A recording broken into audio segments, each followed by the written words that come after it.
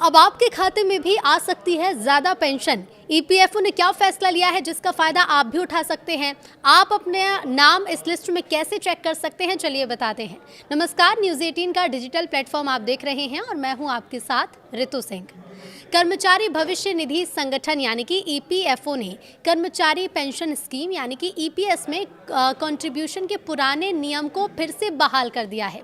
यानी कि अब हायर पेंशन के लिए पूरी बेसिक सैलरी से जोड़ने का पुराना ऑप्शन फिर से शुरू कर दिया गया है। सरकार के इस कदम से कुछ सब्सक्राइबर्स को राहत मिलने की उम्मीद है जिन्होंने पहले ज़्यादा पेंशन कंट्रीब्यूशन का ऑप्शन चुना था, लेकिन सभी को इसका फायदा नहीं मिलेगा।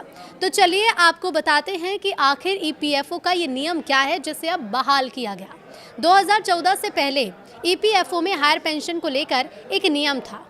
इस नियम के मुताबिक कर्मचारी हायर पेंशन के लिए अपने फुल बेसिक सैलरी और डीए के हिसाब से ईपीएस में कंट्रीब्यूट कर सकता था, लेकिन साल 2014 में सैलरी लिमिट को लागू किया गया। इसके बाद से नियम हट गया। 2014 में ईपीएफओ ने अधिकतम 15,000 की बेसिक सैलरी की लिमिट लगा दी। यानी भले ही आपकी बेसिक सैलरी 50,000 हो, लेकिन कंट्रीब्यूशन 15,000 रुपए की लिमिट के आधार पर ही होगा। 15,000 की लिमिट की वजह से न्यूनतम पेंशन 1,000 और अधिकतम सिर्फ 7,500 रुपये मिलती है। 2014 के बाद ईपीएफओ में शामिल होने वाले नए कर्मचारियों को जिनकी बेसिक सैलरी और डीए 15,000 रुपये से ज़्यादा है या थी, वो अपनी असली बेसिक सैलरी के आधार पर पेंशन कैलकुलेशन का ऑप्शन नहीं चुन सकते। इस कैंपिंग ने उन ईपीएफओ सब्सक्राइबर्स के लिए संभावित पेंशन बेनिफिट्स को काफ़ी कम कर दिया जिनकी बेसिक सैलरी और डीए 15,000 रुपये से ज़्यादा थे। ईपीएफओ के हायर पेंशन बहाली से अब फ़ायदा किसे होगा? तो हायर पेंशन वाला पुराना नियम जो अब फिर से बहाल हुआ है, वो सिर्फ उन कर्मचारियों पर ही लागू होता है जिन्होंने 2014 से पहले ज़्यादा पेंशन ऑप्शन का इस्तेमाल किया। इसलिए सिर्फ कुछ ही कर्मचारियों को इसका फ़ायदा मिलेगा। ज़्यादा पेंशन ऑप्शन की बहाली सभी कर्मचारियों पर लागू नहीं होगी।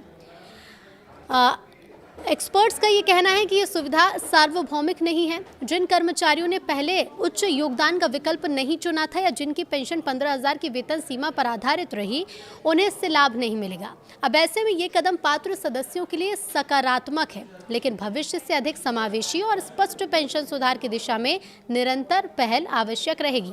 ईपीएस में आखिर पैसा कितना जमा होता है? तो देखिए, ईपीएफओ के जो नियम हैं उनके मुताबिक एम्प्लॉयर और एम्प्लॉई दोनों बेसिक सैलरी और डीए का ज़्यादा से ज़्यादा 12% प्रोविडेंट फंड में कंट्रीब्यूट करते हैं।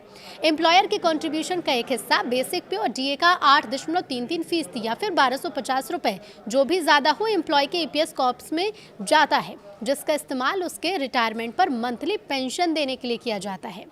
पेंशन की गिनती पेंशन वाली सैलरी के आधार पर होती है, इसलिए ज़्यादातर कर्मचारियों को महीने की पेंशन काफ़ी कम मिलती है, भले ही बेसिक सैलरी 15,000 से बहुत ज़्यादा क्यों ना हो।